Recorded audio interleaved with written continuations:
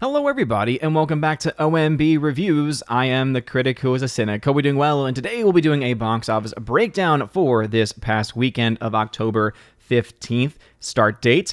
And before going any further into how Halloween Kills has become the first film in a very long time to break even its opening weekend, please make sure you smash that like button, light up that fire button if you're watching over on Odyssey, and also make sure you're subscribed to the channel with that bell notification turned on. That way you know every time a new video or live stream goes live on the channel. So as I said, new release, Halloween Kills, expected to make $50.3 million domestically in its opening weekend, showing that there is somehow still strength after 12 films in the entire Halloween franchise. This, of course, being a more direct sequel to the 2018 Halloween film that came out, but very much connected with the events of the original Halloween as well, making $50 million and about $5 million or so overseas, meaning that this movie has already broken even and has already begun to make profit. And the big reason for that is the incredibly small budget for this film, and so by extension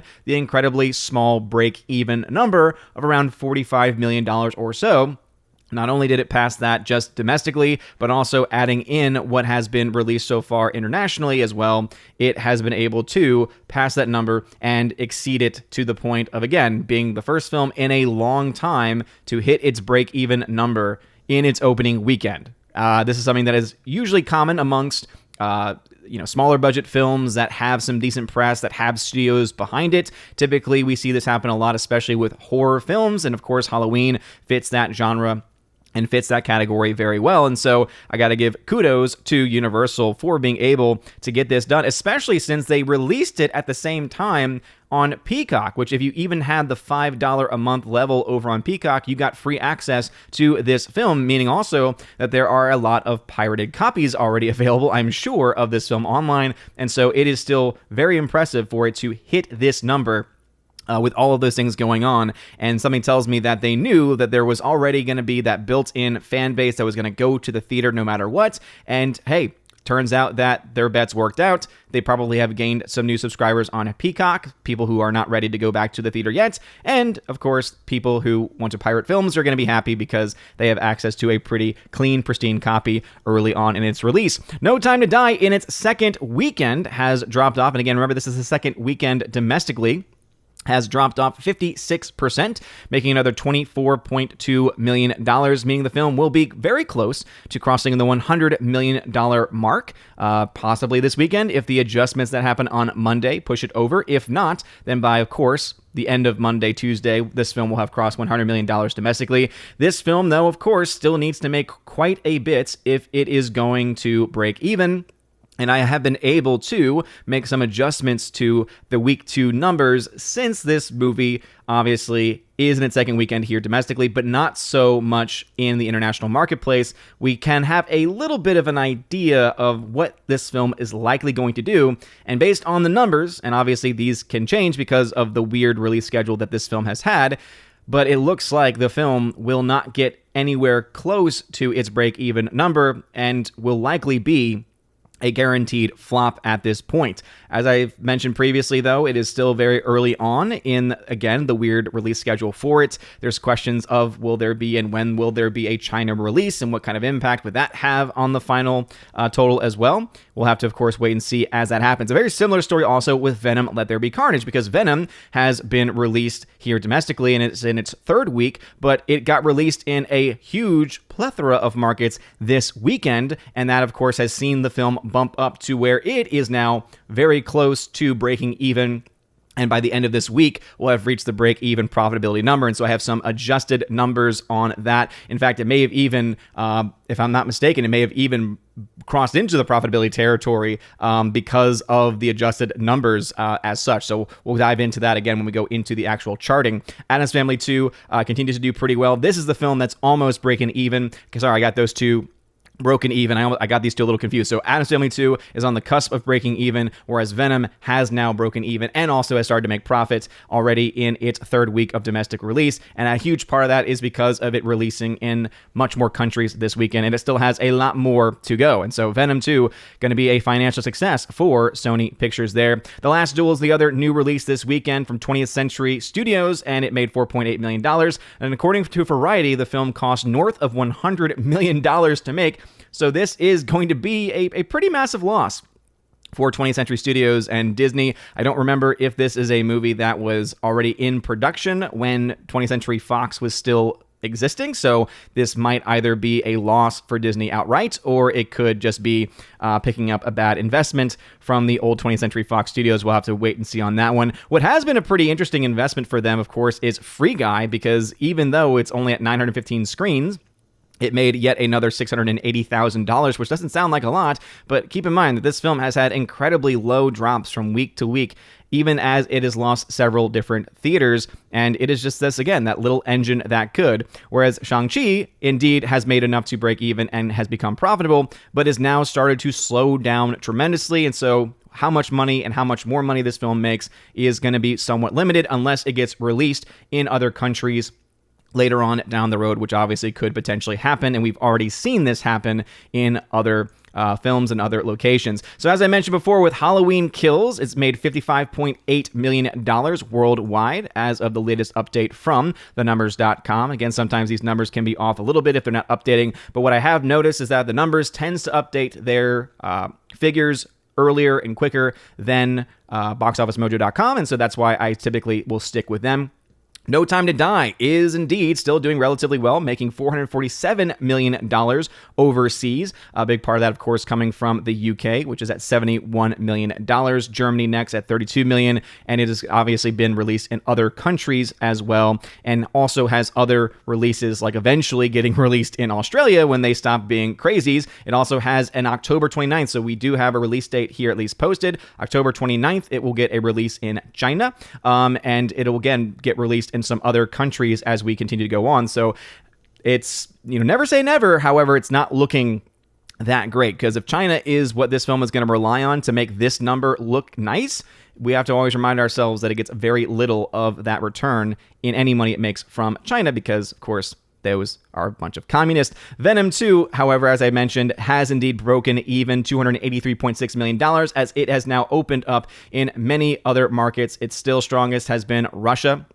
And obviously Mexico is where it opened up last week with 16.8 million, but it's now opened up in some other markets across the country and across the world, really, I should say. And as you can see, there are even more locations that this film also will eventually get a release in. So far, no China release date as of yet. However, as I said, this is something that could change over time, but it has already reached the break even and actually the profitability number that it needed to do, and it is indeed doing just that. Going to the charting now, as you can see, I have adjusted the No Time to Die numbers, now including the second week domestic numbers to what had been the worldwide total up to that point. And so therefore I take in, again, this was like basically the first 2 weeks in most of the international markets. I add the second weekend of the domestic market. So this is, again, why you have the numbers with the lines through them, because it is not, again, the most accurate of takes, because this is a film that's had such a staggered release schedule. But based on these new numbers, the film is going to make anywhere between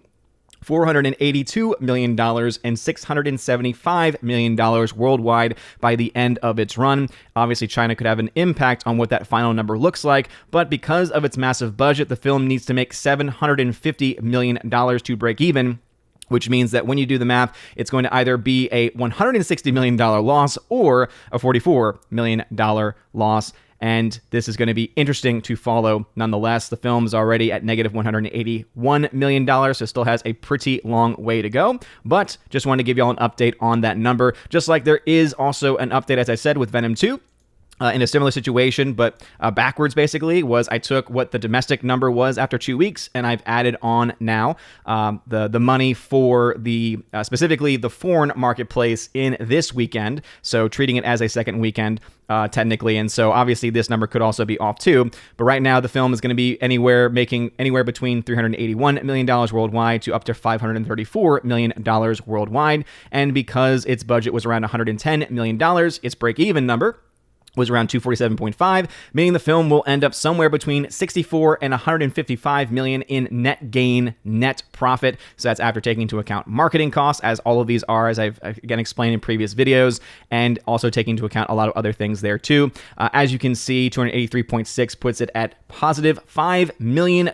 So the film has broken even and has even crossed into the profitability territory. And as I mentioned, this film still has a lot of places to open in and a lot of second weekends in various locations where it finally opened up this weekend. So it actually very much could exceed this amount, but this is just, again, me trying to do some Frankenstein math to kind of get an idea of where these films are likely going to fall. For the newer releases, Halloween Kills, $55.8 million worldwide with a budget of $20 million. The break-even number was $45 million, and because the vast majority of this is coming from the States, it is keeping most of that money, since most movies tend to keep around 90+% of the box office receipts in the first couple of weeks of release.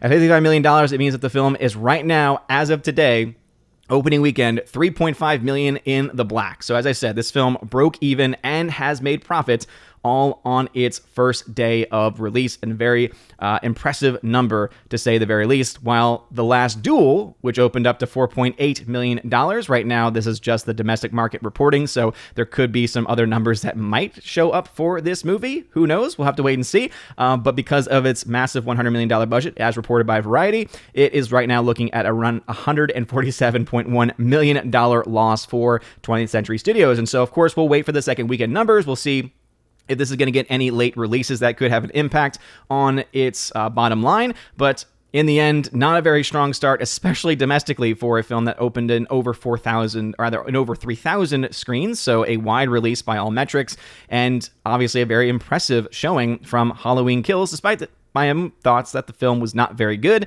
and had a lot of problems and had a lot of issues, especially with the story and characters being really dumb. Hey, money is money, and you all know if I like a movie or don't like a movie, it does not matter because the numbers speak for themselves. But what are your thoughts? Are you surprised that Halloween Kills has broken even in its opening weekend? Are you excited for Halloween Kills to make more money? Also, of course, we've got the release of films like Dune coming out this weekend, which will be another weird one to track because it's already been out for about a month in certain marketplaces, making over $115 million so far.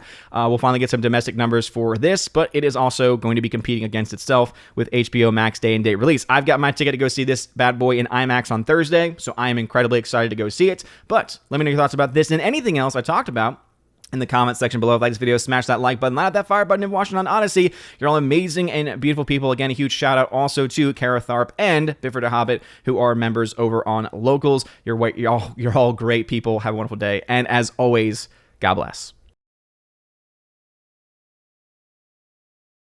And now for a huge shout out to all of my Patreon, Subscribe Star, and Locals members: Andrew Hoyle, animation commentator; Brandon, Brian P., Christopher Bowman, Don Bruno de la Mancha, Father Christopher Miller, hail to you, Father; Father Damian Cook, Garrett Searles, Harold Francis, Inflamed Wood, Jacob Juice, Jeffrey Toone, Joe Horn, Jonathan Carney, Gomer Kyle, 79, Laura, the Modern Major General's Story, Mike Jackson, Dion, Mad Mitch Dunaway, Mondo Spieler, Mr. Peabody, On to June, Orange Hat Reviews, Out of Step with Reality, Priscilla Hall, Rosetta Allen, Stan Andrian, Teresa Martin, Theodore Benden, Tina Bojan, and Tina B., the Empress of the Universe. Thank you for being my Patreon members. And a huge shout out to my Subscribe Star members: The R, Fast Reaction, Nosferatu Gatsu, John B., Perpetual Punster, Mr. Roy, Glinzer, J. Alex McCarthy Jr., Dean Heiss Slash, the new number 2, J-Rod the Beer Guru, and ZK-Man. Thank you very much for supporting me over on Subscribestar. And to my one Locals member, Robert Barnes, thank you for supporting me over on Locals. And if you want a name shouted out, or your name rather shouted out at the end of every single live stream and video, please consider joining on one of those platforms, either Patreon, Subscribestar, or Locals. Links to that can be found in the description. Look at that top link especially. It's called the Willow link there. It'll give you links to all the social media platforms and also ways to support the channel. If you want to be an Army of Asgard level or above member, you can get access to giveaways that I do every single month. I give away 4Ks, Blu-rays, all kinds of stuff. It is a lot of fun. Also, if you join at the Keeper of the Bifrost level, you get access to all of that. Plus, you get access to an exclusive podcast that I do with John the Flick Pick Flickinger. We have a lot of fun. We do that once or twice a month. And if you join at the Chosen of Valhalla level, you get all of that. Plus, in your first month, you get a t-shirt of your choice and send anywhere in the world. And also, you get to be featured on the channel once a month on the Chosen of Valhalla live stream, where we get to hang out and have a good time. So anyway, if any of that sounds good, check out that link in the top of the video as I mentioned. You guys are amazing and beautiful people. I hope you have a wonderful rest of your day. And as always, God bless.